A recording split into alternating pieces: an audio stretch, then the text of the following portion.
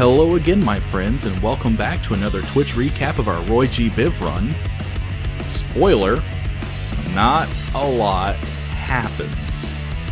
I say that because the first half of the stream was dedicated to catching a single Pokemon.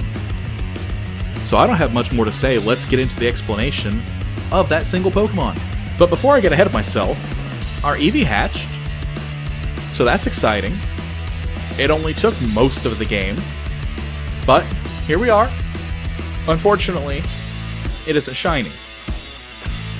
Well, I say unfortunately, I now remember what color shiny Jolteon is, and I actually think we dodged a bullet, because shiny Jolteon is this weird shade of green, and quite frankly, I hate most of the green shifted shinies. They seem to be super common, and I feel like it was a cop-out really early on to have so many off-green shinies. Either way, we have Eevee.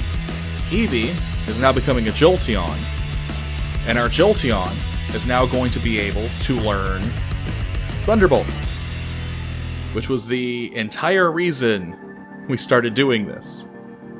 Which is funny, because the next gym leader is Claire, and if memory serves me, the TM she gives you is Thunderbolt. So, yeah. Getting the Jolteon might have been for naught, but we made a choice, and we stuck with it. And for that, I personally am very proud. Hi, hello again. Hi, it's me. This is Sean from the future. While I'm editing this, I got curious and Googled, and there is no TM for Thunderbolt. Just Thunder and Thunder Punch. So getting the Jolteon was, I guess, more relevant than I thought. I just wanted to interject here and point out that past me is a dumb doo-doo head, and he is wrong. Anyway, back to the video. Thanks, bye. So, after an hour of searching, our 1% encounter rate finally pays off, and we find Bulbasaur. Once again, I completely forget that we're playing a very subtle ROM hack that ensures that you can catch every Pokemon from the first 2 generations, meaning there had to be a way to either encounter or be given the starters. I assumed that they would be gift Pokemon at some point later in the game. But very graciously, the person who put this ROM hack together made them 1% encounter rates in different places at reasonable locations in the game. So Bulbasaur here has a 1% encounter rate in Elix Forest only in the mornings. So after an hour running around, hatching egg, evolving Jolteon, and knocking out low-level insects, we find, and after much effort, capture our Bulbasaur.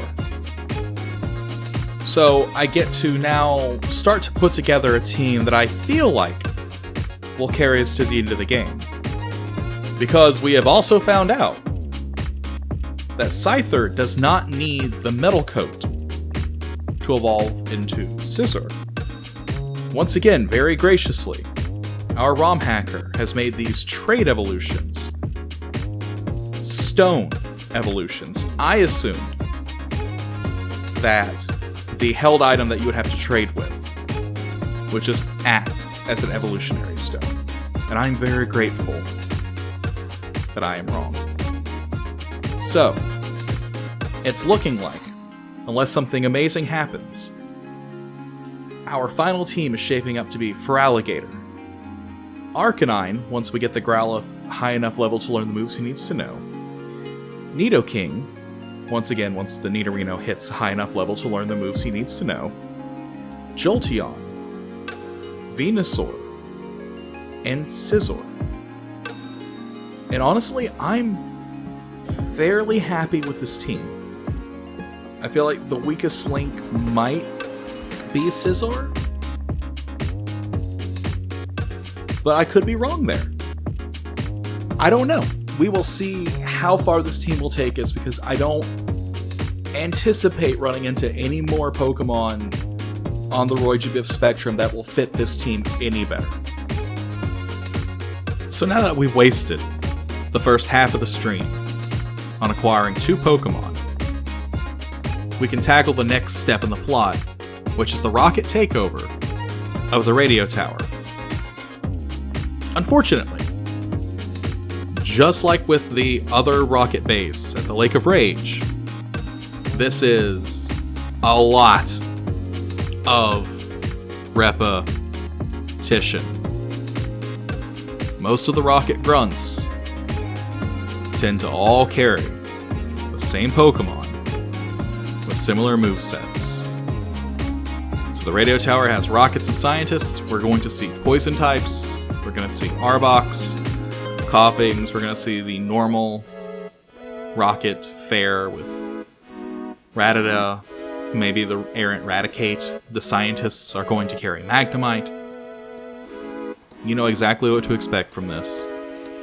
It's a bunch of the same.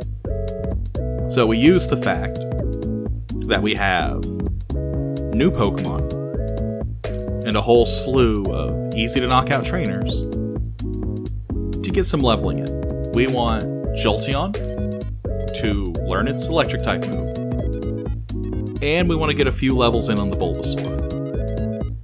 I would like, by the time that we get to the next gym leader, to have Jolteon and Bulbasaur maybe not on the same level as our Feraligatr, but useful.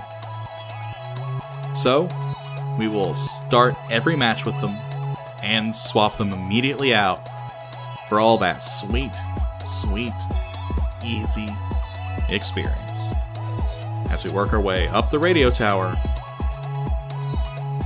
to the Rocket Executive. And the Executive fight, it's a pushover. At this point, there's really not much standing in the way of Toby. We swap in our low levels, we snipe the experience, we swap into Toby, he cleans house. Toby gets hurt, we send in somebody else, we heal up the Toby, we swap the Toby back in, and Toby continues to wreck shop. Now I know by the time we get to Red that we're going to have to level off the rest of the team. But for right now, if it ain't broke, don't fix it.